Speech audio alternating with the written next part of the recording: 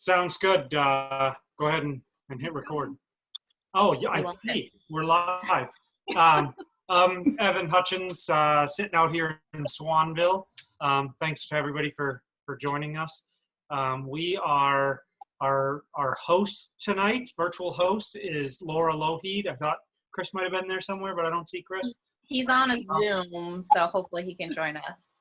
Still working, but so we're gonna get the Zoom tour, sort of Payson Hill Farm, cabin and caboose in Knox, Maine from Laura. So go ahead, Laura. All right, thanks everyone for joining. So I'm gonna do a screen share, and Erin came over on Tuesday and took pictures of our whole property with her awesome 3D camera. So we'll start with that. So let me screen share real quick. So this is the link that we posted in our Facebook page. I won't go through everything, but as you can see here, it kind of just scrolls through automatically, which is really nice. So you can go in on your own time, excuse me, and kind of look at everything.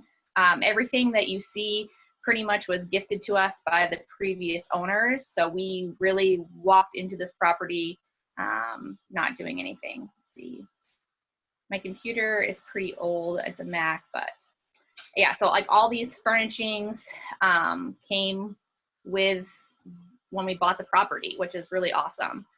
The only thing that we bought that was new was the bedding and those fairy lights, and just put up a little bit of different pictures and stuff on the wall.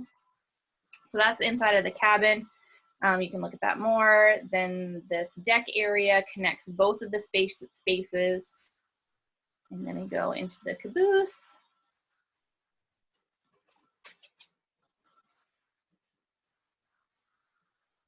So I think you guys get the idea. So we're going to go to the pictures. So let me make this big.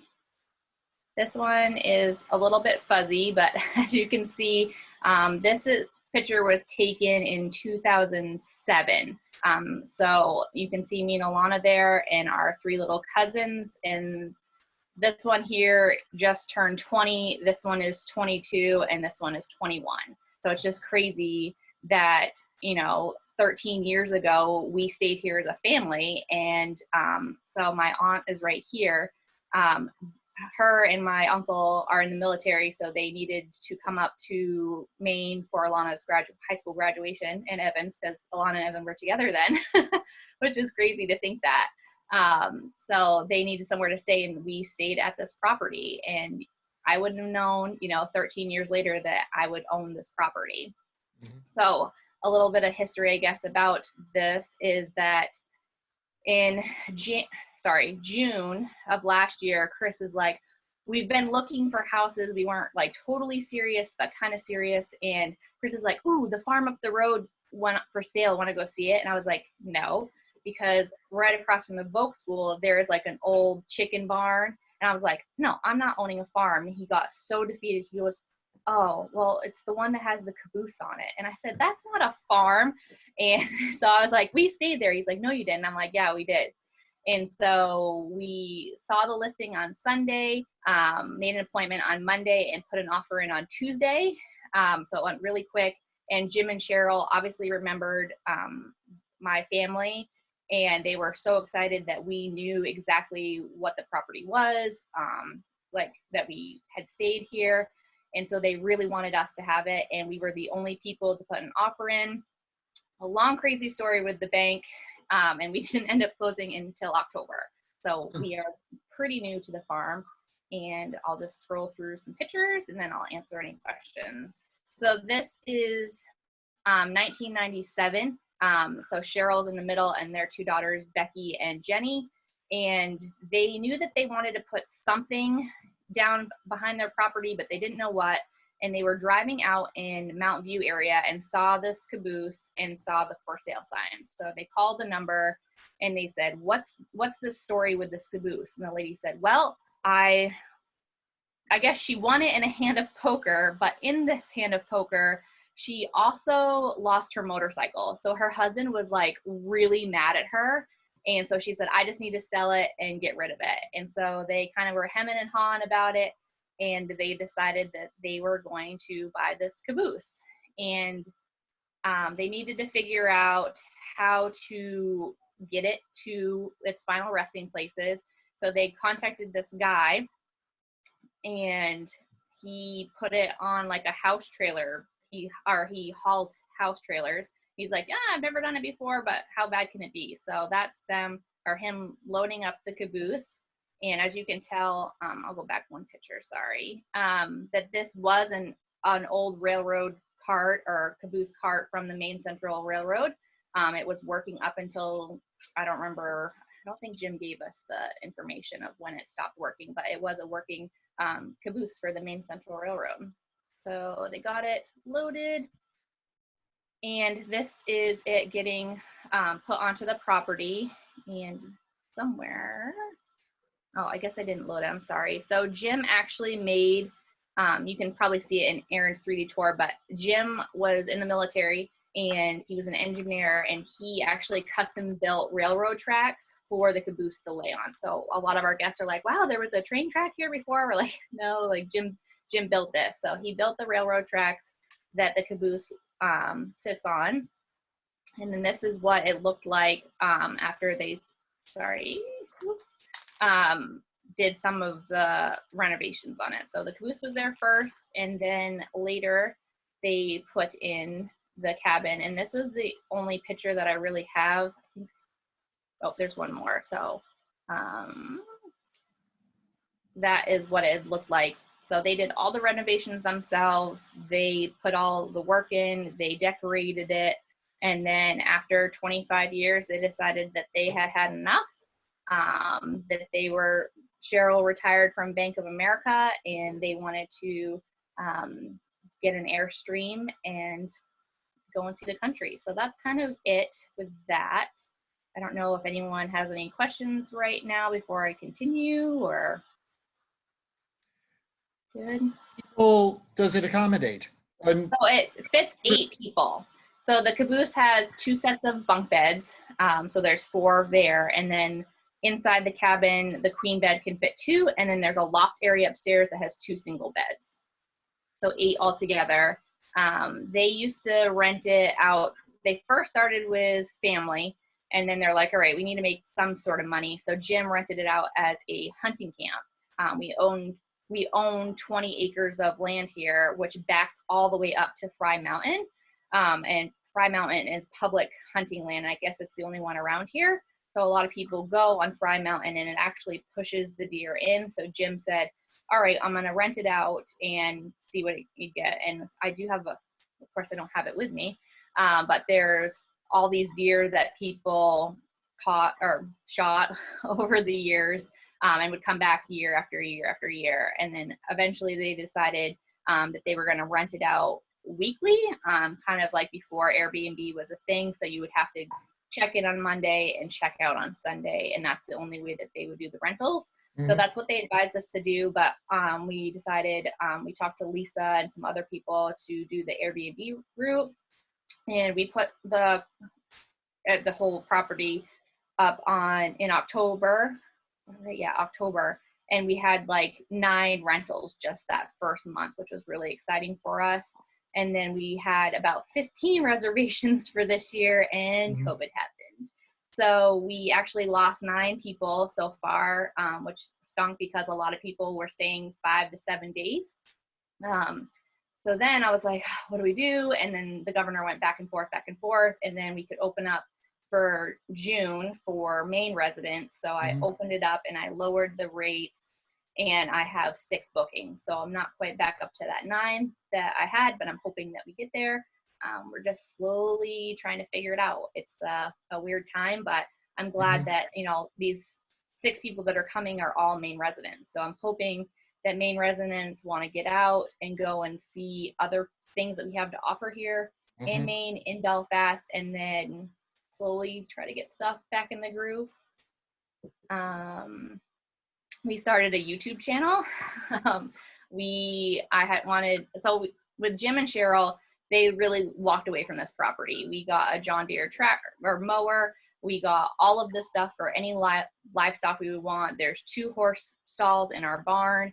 all the electric fencing, all of the grates, like anything that you can think of for running a property, they just up and left us, which was really convenient. But what were they going to do? Take it in their Airstream and be like, oh, I need this John Deere with me. Like they didn't need anything. So they left everything for us. And my dad got 20 chickens because I love him to death, but he thinks this COVID thing is kind of like a prepping situation. So he's like, I need to get these chickens. We all need to have chickens. You guys should get chickens. But I'm like, no. And then finally I was like, all right, what could 4 chickens like really hurt? Like, we can do this. So we got the 4 chickens ordered and they weren't coming until last Monday. And so then when my dad got his chickens, he was a little bit ahead of me. We went to his house just to like support him with his chickens. And he had bought 2 roosters. And the plan was always for me to take one of the roosters, but there was also 3 hens that were super small just because he had 20 of them. So they were a little bit smaller. So I looked at Chris, I'm like, oh, can we take some home? And he's like, whatever you want. So we took the rooster and the 3 baby chicks and got them up and running. I guess they're 5 weeks old now. And we were training them to go back and forth to the barn, to the outside coop back to the barn every night. And we're like, this is really funny. I think it would be good content that people would want to watch. If not, we know that our family is going to watch it and support us. Chris's whole family lives in Idaho and Washington. And so they can't come over here. They were supposed to come, but COVID happened and they just felt left out. And I was like, whatever, we'll make it for this channel for them. And if we get more viewers, we do. And I've had so many people be like, I can't believe that you guys are doing that. So it's fun to like have that interaction with people because our own family can't come over. Alana and Evan are pretty much the only ones that come over. We hang out outside for the most part. I've seen my parents a couple times, but this way everyone kind of feels that, day-to-day interaction with us. So Yeah. that's pretty much it in a nutshell of our property and what we're doing and kind of going with the flow. So with the chickens, you do live on a farm now. I do. So that's why we went from Payson Hill cabin and caboose to now I can throw back the farm because it's a farm now. And the house actually goes back to the early 1800s. It's always been a farm. We also have about 15 apple trees that have been here pretty much for a very long time. There's high bush blueberries that have been here for at least 20 plus years. The apple trees are at least, I want to say 60 years old. I don't know if that's a real number, but I feel like that's what it was. So yeah, it's a homesteading adventure. We watch a lot of YouTube and we're never going to be Toddy Pond. We're never going to be like those like professional farmers. We're just going to do our own thing here, I guess, and see how it goes. We do watch a YouTube channel called Homesteady, and they have a miniature Jersey cow, and that's Chris's new adventure. And I told him that if you were doing a cow, that's him. I'm not getting up every morning and milking a cow. So if he wants that, he can do that. But I'll stick with the chicks for now. And with chicks, you don't get eggs for about 6 months. So we got a little bit to go with them. But the brand that we got light Brahmas and speckled Sussex. And they both do good in the wintertime. So most chickens will stop producing eggs in the wintertime because they get too cold, where these are hardy chickens, and they'll continue laying through the winter. So we'll go into the winter with them starting their egg production, I guess. Well, you know what Greg and Heidi do at Toddy Pond Farm is they rent their farm stay house to people who will work on the farm. So Ooh, that's smart. paying them to come and do the farm work. So you should. And people want to do that. Steve, are they pretty much consider them woofers in that situation? Or, I mean, it sounds like that. I don't know that term, so maybe they're woofers. I don't know. Oh, it's a worldwide organization, often providing farm help in exchange for, room and board for free labor type exchange. No, I think these people are paying to stay there and to enjoy the happiness of farm work, like milking the cow. Hey, Look at that. yeah, check that out. That sounds good. Come milk my cow and you can get some milk. And my other big idea before I shut up is you got to advertise on Airbnb that people can BYOH. They can bring their own horse. They can. So we do have the 2 horse stalls, plenty of property. Chris is actually digging a fence right now to do a like cooped in area for our dog, which is a little bit ridiculous, but he says he's setting up future fencing for the cow. It's not just for our dog Belly, but I think mostly it's because of Belly, but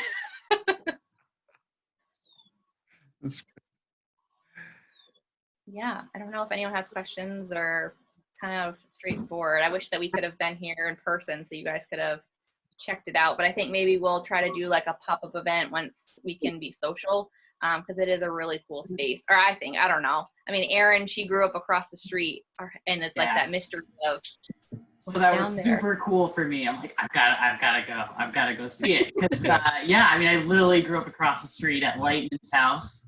You drive out 137, you see Lightning. And yeah, we had like 200 acres across the street. And I just remember like thinking like, what is going on? There's a train. Like, what's happening? And that was just super cool. As a kid to see. So it was very neat to go there in person and see. It's just so charming and cozy. It's right there, but you feel so private down just a little driveway. So very cool spot. Happy to see other Mainers going to do a little staycation. Hopefully that will bring a lot of positivity and people can, because I always think it's fun to be a tourist in your backyard. And so hopefully that will be a little bit of a shining piece of what's happening right now, as people will kind of be a tourist in their own backyard. And a couple of you guys have some great spaces for people to stay, so hopefully that's something that will turn into a positive for people. Yeah, I thought I would certainly come up with some questions for you, seeing how I have the inside scoop, but I think you really covered all the details. So I'm sure we can put the link to your, or maybe it already is, the link to your YouTube channel in the Bay Pro. I don't know if it is, but if anyone Googles Payson Hill Farm, the vlogs are up. There's 3 right now. There's one like getting to know the farm. Then there's an actual farm tour of the inside of the cabin and the caboose. And then the one I posted the other day was just our weekend and what we were doing. We're going to try to post every Monday. So like I'll vlog every day, kind of snippets of our day, obviously Monday through Friday. Like all I have right now is the chickens running back and forth or to the coop and the updates of the baby, because Chris is working. And so I'm pretty lazy.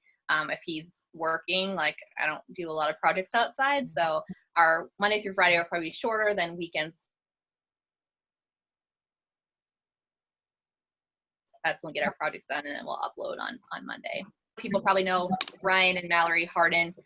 Their little boy Rand is obsessed with tractors, and Mal said, can you send me just some pictures? Like Rand wants some pictures of the tractor. And so he actually sent me a video or a voice message back. And it was like, you're doing the fun job. Chris isn't doing it, because I was driving the tractor. And it was just so cute. And I was like, if no one else likes this, I have a 5-year-old fan and he loves my tractor. So That's it. Awesome. it was cute. That's very cool.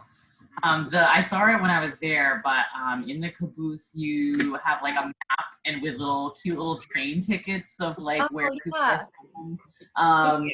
I can't remember, like where was the place that people traveled from, I guess the furthest to stay there with you? So we had people from Washington. So they get this little thing, and I put like on this side, I'll say what the family name is, the dates that they were here and where they were coming from. And then keep this coupon side they keep, and I write like, thank you so much for staying with us. And then Alana makes this really cool train cutout of wood, and we put Payson Hill Farm and the date, and it's kind of like a Christmas ornament for like a little take home for them. But yeah, Washington I think is the farthest over. We do have people coming from Italy. I don't know if they're still coming. They're scheduled for the 2nd week of July. I have a feeling they're probably not coming, but that would be really cool if they were. But yeah, so they pin up like on the state of Maine, or sorry, the state US map of where they're from with their train tickets. And I don't know, I think that's pretty cool to see where people have come from. Mm-hmm. Do we hear the farm dog in the background? Yeah. So the cat actually, I don't know if you saw her go across the screen, jump down. She's like 100 pounds. So it sounded like someone was knocking on the door, and that's the dog off. Farm life. Yeah, you never know what's going to happen here, what you're going to see. So Chris, we got the tractor last week, and Chris was playing around with it and bush hog down by the garden. And so all the dirt is spun up. And today Belly was going insane. And we're like, what? There's no one here. Usually the UPS guy or the mail sets her off. And there was actually some turkeys that were dust bathing in the dirt that he spun up. So of course he didn't get him. I'm like, did you video it? And he's like, no, I forgot to. So he needs to be a little bit better, but they'll be back. So we'll look at turkeys dust bathing in the garden area. But we have a lot of deer. We have foxes, raccoons. You can hear the coyotes. So yeah. Walking trails down back. All your walking trails that we like to frequent on weekends. Yep. Yeah. There's Jim. He was here for 25 years, so he made like a logging trail back behind with little arrows, like saying how far it's gone. So it's good for guests that they, we had people come from Portland, and she said, we have a little tiny backyard. Our kids don't get their wiggles out, and they love that you could hear them screaming and hooting and hollering. And they took a walk in the trail. And, us from Belfast, we take that for granted. Like, we can see the ocean, we can get out and see stuff. And, people, even in Portland, like, they don't have the opportunity to kind of get out into the woods. So we've had a lot of fun and positive feedback. We had an engagement happen last year. They messaged me and said, can I propose to my girlfriend there? And I was like, yeah, sure. Like, thinking that, he would do it at Acadia because that's where they were spending the day. But they actually went to Acadia, came back, and he proposed to her right there. And they his friends decorated the whole place. And that's really cool. So like, that's special to me. Like, that's, I don't know, pretty cool. Has no one told